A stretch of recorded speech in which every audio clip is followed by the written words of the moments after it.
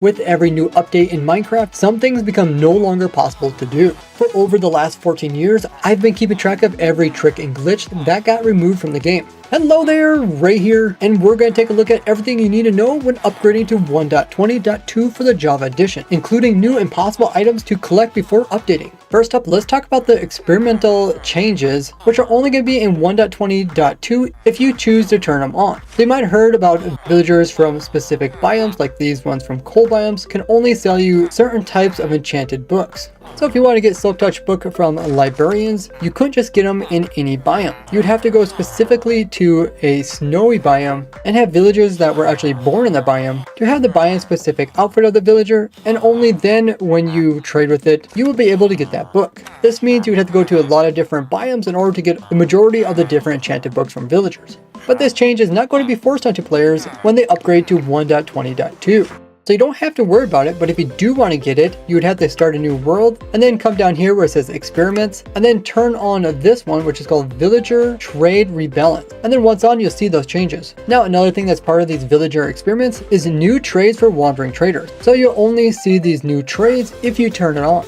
Another thing only seen with experimentals turned on is the new villager maps. These could be purchased from cartographers, and they would show you where other nearby villages of different type are at compared to where you're at. But you can also purchase maps to find the swamp hut or the jungle temple, besides all the different variants of the villages. Another thing which you shouldn't have to worry about when upgrading your worlds is the change armorers and how they no longer will just directly sell you diamond gear, but instead will make you have to also purchase them using diamond. This is where different biomed villagers would have different trades when it came to selling different armor. But there is one major change that is coming to villagers, no matter if you turn on the experimental toggle or not, and that is when it comes to being able to re-cure villagers to get their prices as low as possible. So before, if you found a villager that had some nice trades and you just wanted them to be cheaper amount of emeralds, you could have the villager come in contact with a zombie, turn into a villager zombie, and then when you cured it with a weakness in golden apple, it would be forever in your debt, and as a reward, it would lower its prices. Now, so far, this part is still in the game. What they removed was the ability to continue this process. So after you cured it one time and got lower prices, get it re-zombified and then re-cured to get even lower prices. So before upgrading to 1.20.2, be sure to cure all your most important villagers that you use so that they will sell stuff for only 1 emerald each or purchase stuff from you for the lowest amount of items. For the more costly things, this might take as many as 5 different zombifying and curing of villagers. Besides having these villagers where you can buy really nice things for a really cheap price, these are also considered discontinued mobs because you'll no longer be able to get their prices this low and permanently keep them like that. Now, there's a lot to talk about when it comes to this whole change, which I have put all the details in this video here, explaining everything to take advantage of before upgrading, or if you happen to miss it and you're stuck with the new villagers, what you can do to get really good trade still. I'll put that down in the description so you guys can check it out after watching this one. Are you watching me? Click this like button. Now, in previous versions, you can give yourself a ton of absorption hearts. You just had to eat an enchanted golden apple, and then after that one, eat a normal one, and then wait for this absorption effect to go down to 0. Now notice that we currently have 8 absorption hearts, which is near your other ones.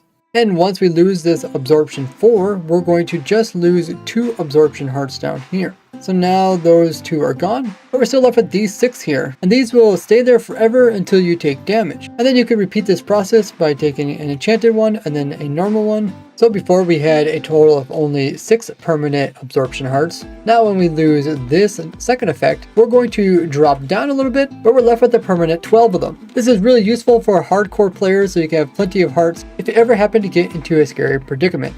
But in 1.20.2, this was actually fixed. So if we take our enchanted apple and then take our normal golden apple afterwards and wait for the timer to go down. So we have a total of 8 absorption hearts, but when the effect goes away, we're only left with 2 from the other smaller absorption. And when that one goes away, we're left with no golden hearts. So if you want to get this cool trick, you gotta do it before updating to 1.20.2. Another rare to collect before upgrading is having a block that needs support being placed on top of the coarse flour. In this version, you can place things like repeaters on top of these, or any block that can't just sit there floating. Because once you update to 1.20.2, you won't be able to place any of these blocks on top of it, or any blocks connected to the side. But if you did this ahead of time, you'll have these cool blocks that others won't. The area in which mobs can attack the player have become larger as well as smaller for a wide variety of mobs in the game. This means in some cases where you were not safe before, you're not safe to get close to them, but in others where they couldn't actually attack you, now they can actually hurt you. This change applies to all mobs, but affects some greater than others. I cover this all in this video here, which I'll have linked in the description, so you can check it out after watching this one. This trick here also no longer works, where the wither's skulls will just hit the top of the armor stands and not actually break them off, meaning that you can actually make some pretty interesting wither cages, which I showed all about in this video here. Just remember to remove your withers if you have any of these type of wither cages before upgrading to 1.20.2. I heard good things come to those that subscribe. Another rare to collect is wash banners that don't stack. So we just got some normal banners here that we have a pattern on. Then taking these banners to a cauldron and right clicking on them will use some water, but also clean off the banner. And this new banner is part of the discontinued item, as this banner has a special tag, meaning that it can't actually stack with other normal white banners. This can be done with any type of banners. It's a great way to kind of confuse your friends by having potentially a whole bunch of single banners that they can't even stack all together. Because if you try to do this after updating, everything you clean will just be placed in with all the others. So in the past, you could actually get some items that can't stack with other ones very easily. Just change the name of the item you have, and then put it over here again and remove the entire name. This will put it back as the default name, so they both say stone, but notice they look a little bit different. That's because this one has the extra tag saying that it's been put into anvil and its repair cost is now set to 0. This really doesn't mean too much, but what it does mean is that this stone can no longer stack with other stones, despite it looking the same. And if you don't play with advanced tooltips on, these two look exactly the same. Now you can still make these crazy names in your items, which actually is no name at all. This is done by coming in and pasting in a character that you can't even see. It's actually sitting right between these two quotes. So if I remove that quote, then if I move over one, then I remove this quote and space, there's this symbol that's in there. You can't see it, but it lets you actually make a name that the game will accept. Since the game won't let you just put spaces in there, you can end up with these weapons that have no name, and when you kill people, it looked like they were killed by nothing. There's a lot of cool stuff you can do about it, which I cover in this video, which also has this latest symbol in its description. The different sculk sensors can now listen into more things within the game, so there's a lot more possibilities of what you can do with them. It also now added so that there is more diamond ore to be found below Y level -4 all the way down to -64. One of the bigger things that's also coming out with this new version is players' ability to report others for their skins or usernames. This can be done in the social interaction tab, where players can choose to report you for your skin or for your username, and if they're banned, that means other people, including you, cannot use these names or skins. What type of skins and usernames will be banned? Well, it's based off of their community standards, which happens to be pretty vague. And for Java players, the forced migration from your old Mojang account or legacy account to the new Microsoft account has its deadline expired. This means the old accounts won't be able to migrate or sign into Minecraft.net or the Minecraft launcher to play the actual game.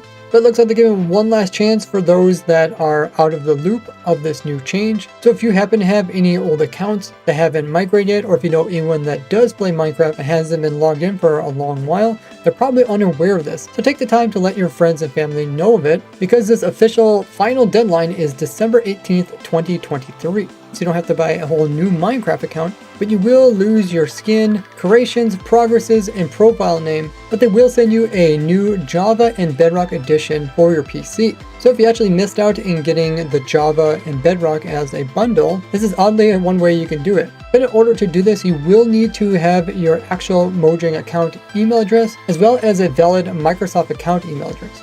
You would then get a confirmation email saying that the new Minecraft account has been attached to that Microsoft account. Then you can just download the Minecraft launcher and log in with that Microsoft account. Then you can play Java and Bedrock Edition for PC. You should see this pop up if you're one of these type of players, and then you can just click this link here. There's also a webpage about frequently asked questions. Now see hundreds of other crazy glitches with this playlist here. And if you appreciate all the tedious work it takes to keep up on all of this, become a supporter of mine either as a Patreon, a Discord subscription, or Twitch sub. You can find all those links in the description, and you can get your name at the end of all my videos. Thanks so much to this month's supporters, and I will see you guys in the next one. Bye bye!